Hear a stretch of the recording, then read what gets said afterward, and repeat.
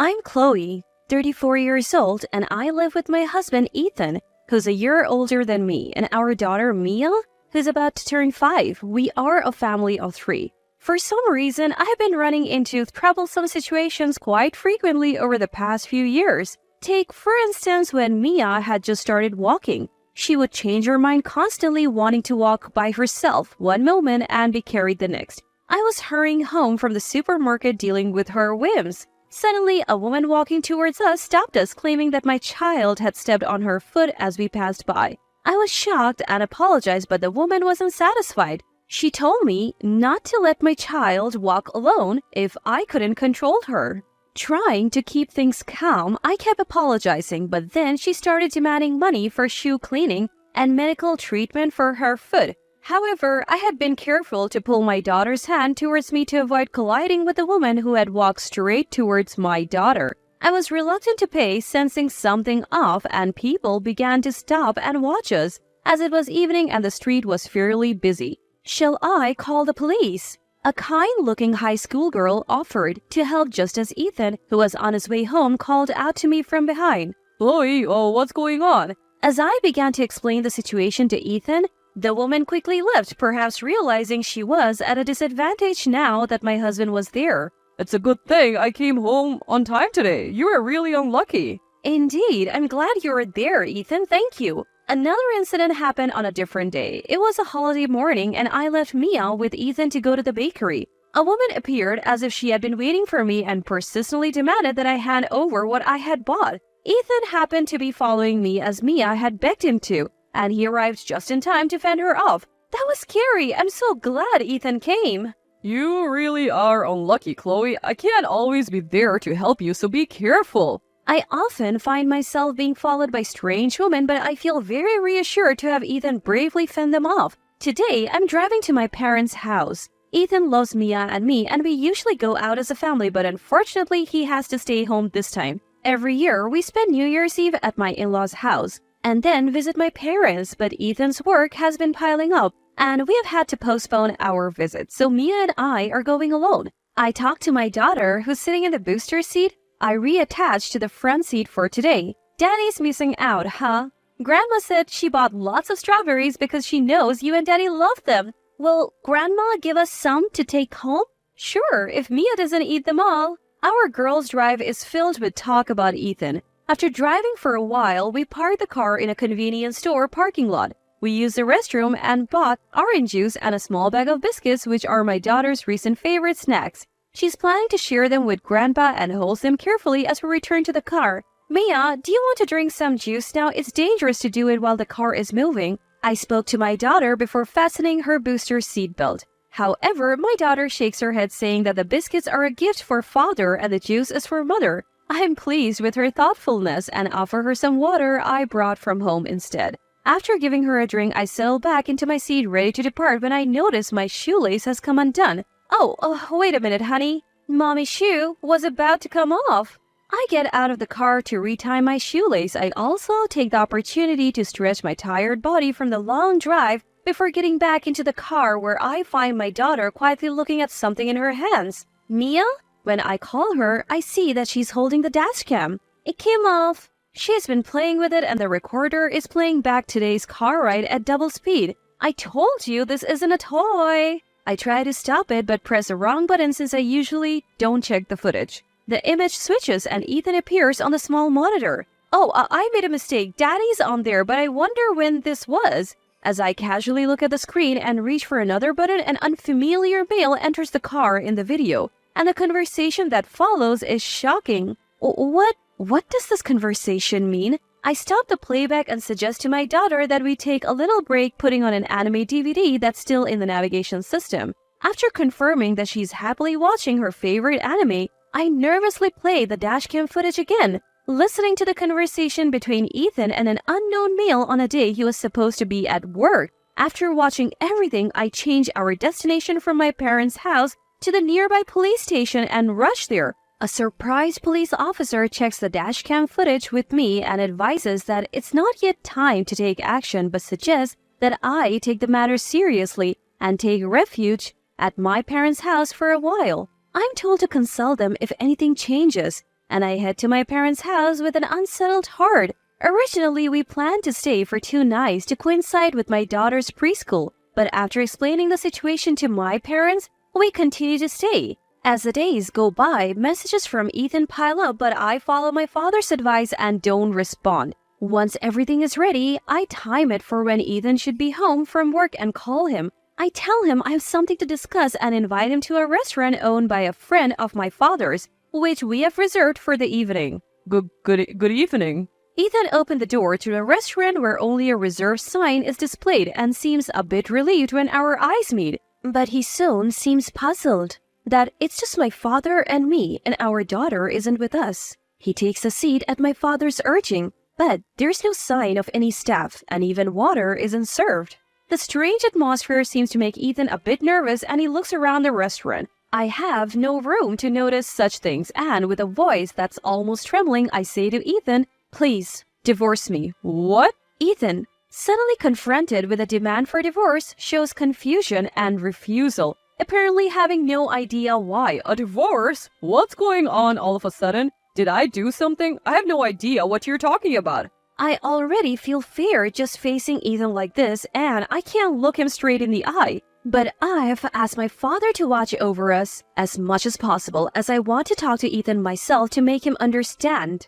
Feeling my father's watchful gaze, I pull my mobile phone out of my pocket. "Can you look at this?" The dashcam footage from the car is displayed on it. Ethan starts watching the video with a puzzled look, and when he realizes what it is, he falls silent. In a quiet restaurant, the conversation between Ethan and an unknown male plays from the mobile phone. You really don't have to hit her. Just threaten her a bit and she'll easily get scared. What if you really hit her? Don't worry, you can do that. I'll join you later and invite you to dinner. So just approach her in the family restaurant's parking lot. When Chloe takes out her mobile phone or you grab her collar, I'll run in like I just arrived. Ethan, in the recording, occasionally smiles but continues to talk seriously. This man who is instructing an unknown male to attack my daughter and me, and even planning the scenario where he comes to our rescue, is my husband sitting right in front of me. Realizing this again, I finally start to tremble. Moreover, from the conversation, I understand that this wasn't the first time my husband had instructed someone to harass us. In fact, the strange women who had bothered us before were also sent by Ethan, all part of a scheme to raise his own stock by conveniently rescuing us in our time of need. Recently, we had started to get used to being harassed by women, even imitating Ethan's method of repelling them, so now he had sent a man to save us from even greater fear, apparently to further boost his reputation. From the footage, I knew that the plan was for the day we were to return from our visit, so we had been staying at my parents' house all this time. Ethan finishes watching the video in silence, then rests his chin on his hand deep in thought. Seeing that he doesn't move, my father quietly opens his mouth. Do you have anything to say? Then Ethan slowly lifts his face and lets out a thin sigh. Chloe, what are you trying to do by creating this video? Father-in-law, this is a fabrication. The voice does sound like mine, but I don't know this man, and the content is baseless. Come to think of it, you've been harassed by strange women before. You must be having some weird delusions from stress. I should have been more careful with you. Ethan bows his head slightly to my father. I exchange glances with my father and sigh. We will submit this footage as evidence to the police. Ethan has always been kind to us, but there have been many times when I felt he was just putting on a facade. So I expected him to try to deceive us somehow and win over my father, and that's exactly what happened. Hearing my clear declaration, Ethan's attitude changes instantly. The police? Don't mess with me. Are you trying to ruin my life? With a loud crash, the chair falls over. Ethan, who has stood up, draws back his fist to strike me. The moment I brace myself, my father and his friend, who had been hiding and waiting, grab Ethan and restrain him. More men who were hiding in the restaurant appeared one after another, and Ethan quickly became subdued due to their overwhelming presence. Actually, the reason we chose this restaurant for the discussion was at my father's suggestion, and the owner, who is a friend of my father's, had offered to help. The owner, a retired police officer who opened the restaurant, is not only strong himself, but also has many well-built acquaintances. In case Ethan tried to carry out his plan in front of my father and send the male to attack, they were ready to subdue Ethan even before he made his move. And they were also prepared to act as witnesses to make the divorce proceedings go smoothly. I am truly grateful to everyone who helped me, as I had never been subjected to violence before and wouldn't have been able to respond on the spot. Afterward, Ethan, surrounded by my father's friends, reluctantly signed the divorce papers I presented to him, unable to resist or deceive any longer. I later reported Ethan's behavior during our discussion to the police, but contrary to my expectations, their response was slow. Since I wasn't actually hit and the only evidence of Ethan's planned scheme was the dashcam footage, and it was also an attempted crime, there was no satisfactory result from the consultation. Given the difficulty of explaining the victimization and the fact that it was an incident between a married couple, I was unable to obtain a satisfactory result from the consultation, even though I was able to get a divorce. Furthermore, I was given the runaround, having to explain the same situation to different officers and finally being told to consult at the police station in my home jurisdiction. Completely worn out, I gave up and decided to return to my parents' house. As I was about to open the door to my parents' house in despair, I was pulled back with great force. Stumbling and turning around, I found Ethan standing there. If you do just come back, everything will be back to normal. I won't tolerate any more selfishness. Ethan forcefully pulled me, trying to get me into his car. As I shouted and resisted desperately, my mother, suspicious of the noise, came out to see what was happening. Then Ethan, noticing her, went into the house without even looking at her and tried to take our daughter. As my daughter and I were about to be forcibly shoved into the car and we resisted along with my mother, a neighbor must have called the police and an officer arrived.